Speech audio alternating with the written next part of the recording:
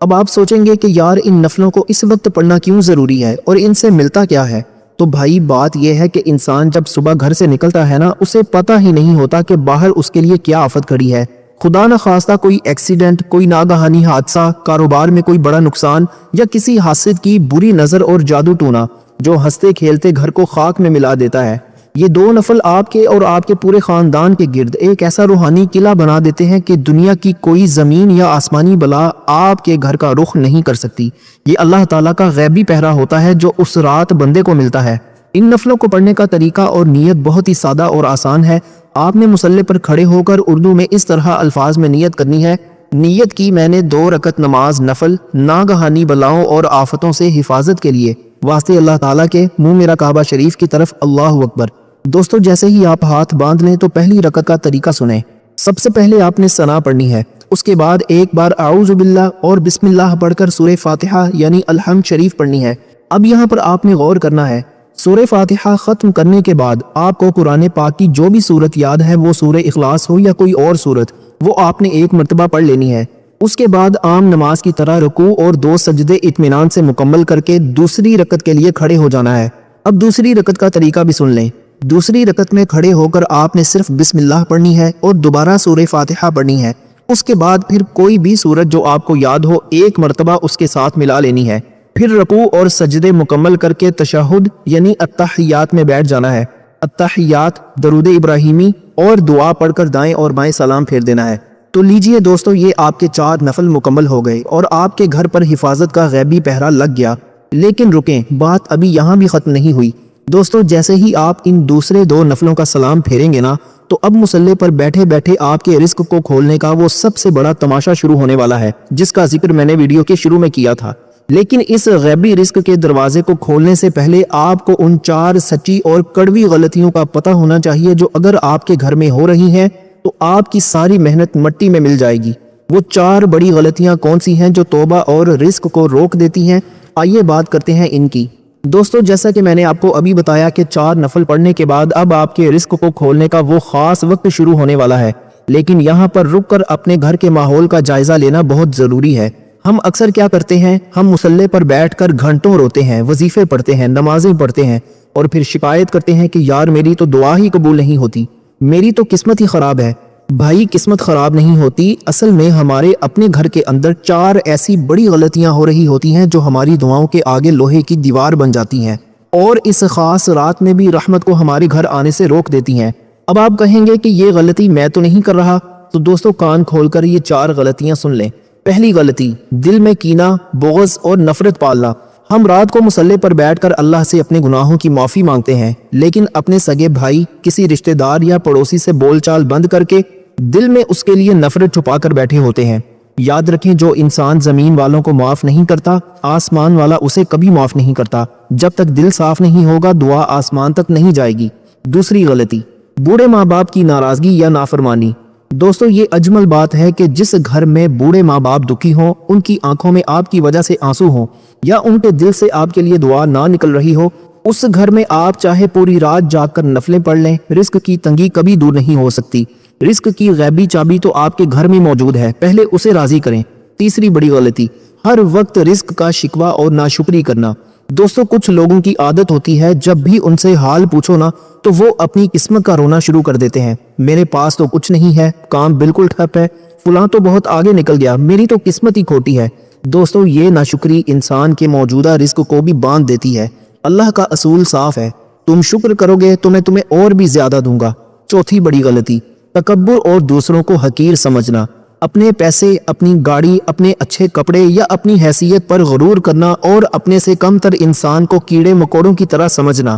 تکبر کرنے والے کی دعا اس مبارک رات میں بھی قبول نہیں ہوتی، کیونکہ اللہ تعالیٰ کو عاجزی پسند ہے۔ دوستو اب آپ سب اپنے گریبان میں جھانک ضرور رہے ہوں گے کہ یار واقعی یہ غلطیاں تو ہمارے گھروں میں ہوتی ہیں، لیکن پریشان ہونے کی ضرورت نہیں ہے۔